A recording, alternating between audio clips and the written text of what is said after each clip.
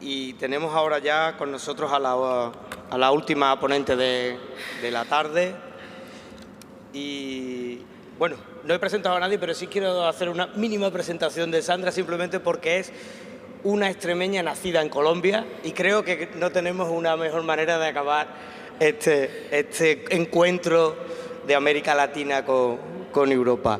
Sandra Milena Taborda es de la Universidad Pablo de Olavide, Parra, y nos ha traído aquí hoy un tema muy interesante, como es el propietarios de esclavos en el Caribe neogranadino en el tránsito de la colonia a la República, cambios y permanencias. Adelante, Sandra, tienes la palabra. Bueno, buenas tardes, casi noche a todos y a todas.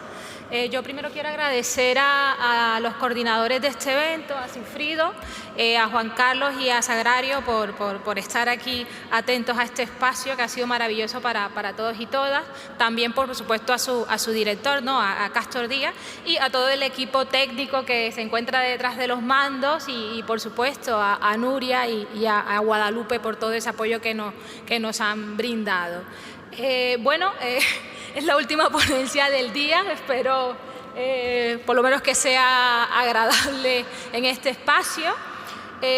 Yo traigo a este congreso un tema bastante interesante, ¿no? y quizás se aleja a lo que se ha venido exponiendo aquí durante esta jornada, específicamente al tema de la historia de la esclavitud.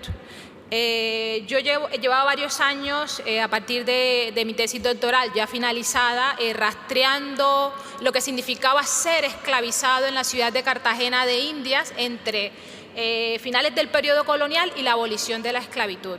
Y uno de los puntos para arrancar esta presentación, creo que voy a arrancar un poco con las conclusiones, ¿no? Lo primero, cuando hablamos de... Cuando hablamos de la esclavitud como sistema, hay que tener en cuenta dos cosas, ¿no? Lo primero es que hablamos tanto de esclavizados como de esclavistas, ¿no? O sea, de dominados y dominadores. Y eso es importante para entender todo el aparato administrativo que a lo largo de 3, 4 siglos se desarrolla en el continente africano, en el continente europeo y en el continente americano. El segundo aspecto a resaltar tiene que ver con la importancia de las cifras. Por eso traigo a colación este mapa, que pues, es muy útil para quienes estudiamos en el tema, porque nos permite dimensionar toda la trata y el comercio de personas esclavizadas de origen africano, ¿no? En estos 3 o 4 siglos de existencia de la trata esclavista, fueron sacadas del territorio africano aproximadamente más de 10 millones de personas, con lo cual pues el número impacta bastante, pero estamos hablando solo del comercio. Tengamos en cuenta que también hay una reproducción natural de la esclavitud y que hay muchas vidas que se perdieron en el Atlántico que no se han podido contar en estos 3, 4 siglos de existencia de este fenómeno que ha sido un desastre para la humanidad. Y lo tercero, que relacionándonos un poco con el espacio, hay que tener en cuenta la evolución del propio comercio. Es decir, hablo de 10 millones de personas y cuando me remito específicamente a, por ejemplo, la proporción de personas que fueron desembarcadas en los puertos del Caribe, se refiere una cifra de 390.000 personas. Uno dice, bueno, no es mucha gente, ¿no? Comparado con los 10.000, pero resulta que si vemos este cuadro, aquí puedo señalar, si vemos este cuadro y vemos esta columna, gran parte, más del 50% de los esclavizados que desembarcaron en los puertos del Circuncaribe lo hicieron en el puerto de Cartagena de Indias, con lo cual desde muy temprano, un puerto importante en ese Caribe neogranadino, va a ser fundamental para el desarrollo y para el impulso del comercio. Otra cosa es que con el paso de los siglos y dependiendo también del desarrollo de las economías locales en el Caribe insular, pues va desapareciendo las cifras en la ciudad. ¿Qué tenemos que tener presente también? Por ejemplo, que en este periodo sobre todo en esos 3 siglos de existencia del comercio, más del 50% de los esclavizados desembarcaron en la primera mitad del siglo XVI. Voy a ir avanzando. La primera mitad del siglo XVI, y solo el 0,3% lo hicieron ya en la segunda mitad del siglo XVIII.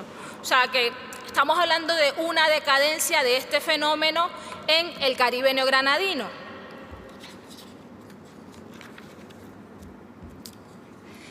De esos 390.000 esclavizados que desembarcaron en ese circuncaribe español, 279.000 lo hicieron en el puerto de Cartagena. Aquí mantenemos todavía la importancia de las cifras y el hecho de que Cartagena, como una ciudad eje del Caribe colombiano, se mantenga como esa ciudad que impulsaba el comercio y que requería, con lo cual, una mano de obra para el interior del virreinato.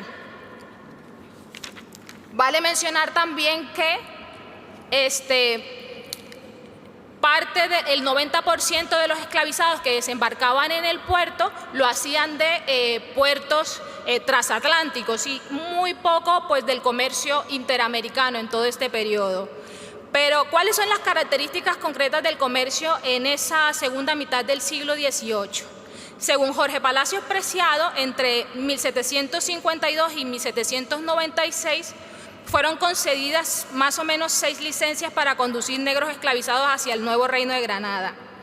Estos tuvieron permisos para importar más de 15.000 esclavizados, con lo cual no quiere decir que esos esclavizados se hayan quedado en las ciudades del Caribe.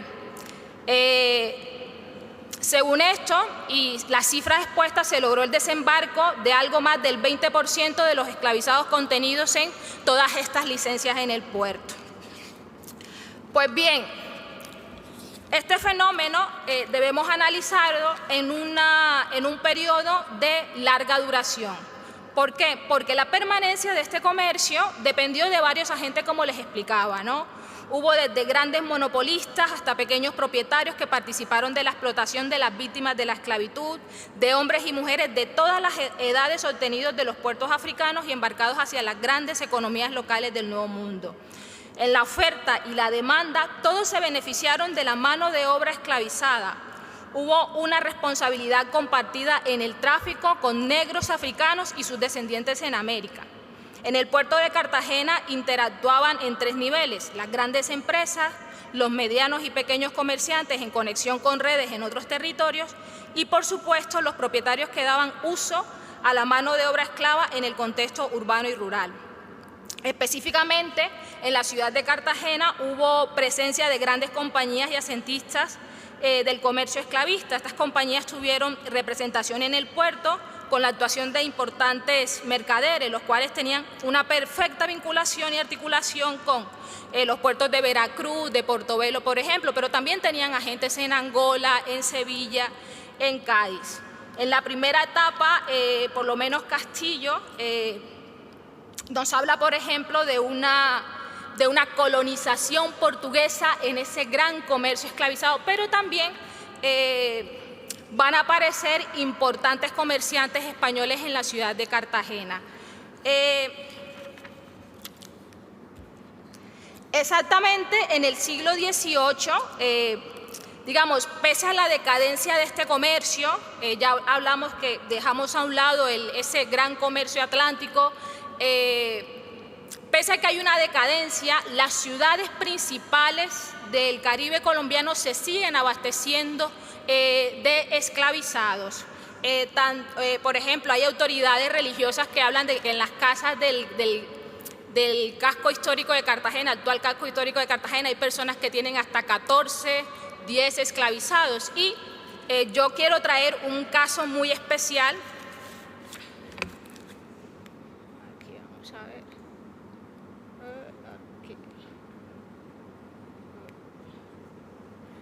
Un caso muy especial que está muy vinculado a España y tiene que ver con el caso de la marquesa de Valdeollos, ¿no?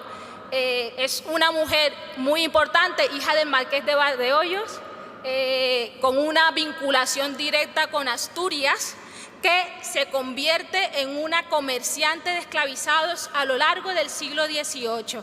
Pero ese predominio que tiene esta familia disminuye también con esa decadencia del comercio. ¿Por qué? Porque cuando decae el comercio de esclavizados, esta familia se dedica al comercio de harinas y va desapareciendo en el siglo XIX. O sea, ya hay un descendiente que después de las guerras de independencia reclama la herencia, pero no hay mayor información al respecto. Pero encontramos un comerciante español, voy a sintetizar este caso en estos 2 minutos que me quedan, que es el comerciante Esteban Baltasar de Amador. Ese comerciante nos permite entender un poco cómo se da esa transformación entre el gran comercio y lo que pasa con la élite local después de la guerra de independencia. Amador es un gaditano perteneciente al comercio de España, establecido en Cartagena. Tiene 10 hijos en la ciudad, es alcalde de la ciudad, es uno de los que tiene 10 esclavos en sus casas. Sus hijos logran ser líderes durante el proceso de independencia, pero ¿qué pasa? Cuando ocurre la Reconquista Española, ¿no?, en 1815, y ese sitio de Pablo Morillo, Cartagena, con sus hijos involucrados en todas las guerras de independencia, algunos son fusilados, otros son exiliados de la ciudad. Y cuando regresan, se ven en la obligación de intentar recuperar sus bienes después de 1821, que se logra la expulsión de las fuerzas realistas de la ciudad. ¿Qué pasa con esta familia específicamente? Esta familia nos demuestra un poco lo que es esa transformación de la política hecha con españoles en la ciudad, con esa transformación de criollos republicanos que merman su fortuna después de la guerra de independencia por la expulsión que se logra de estos en este sitio. Y eso pasa con muchas familias en la ciudad, pero también en Santa Marta. Revisando, por ejemplo, herencias, testamentos a lo largo del siglo XIX, encontramos muchas quejas de estas viudas, de los líderes de la independencia, porque poseedoras de esclavos, por supuesto. Hay muchas quejas porque dice alguna, por ejemplo, que su herencia se ve reducida solo a la pertenencia de una casa, después de ser familias prósperas vinculadas a ese gran comercio y a esa política local. Este es un tema muy interesante, yo creo que es una invitación también a estudiarlo y a profundizar en él, porque hay muchos personajes que salen de la ciudad de Cartagena. Hay más de 2.000 personas que son exiliadas con el sitio de Morillo, que van a las islas del Caribe. Muchos terminan en España, y en testamentos también nosotros podemos encontrar, por ejemplo, que hay herencias que se destinan a hijas que están permaneciendo en conventos españoles, con lo cual esta es una invitación a seguir estudiando estas relaciones, porque especialmente para el siglo XIX hay mucha tela por cortar, como dicen los españoles. No quiero extenderme más en este asunto y espero por lo menos más adelante poder compartir con ustedes cualquier duda e inquietudes. Muchas gracias.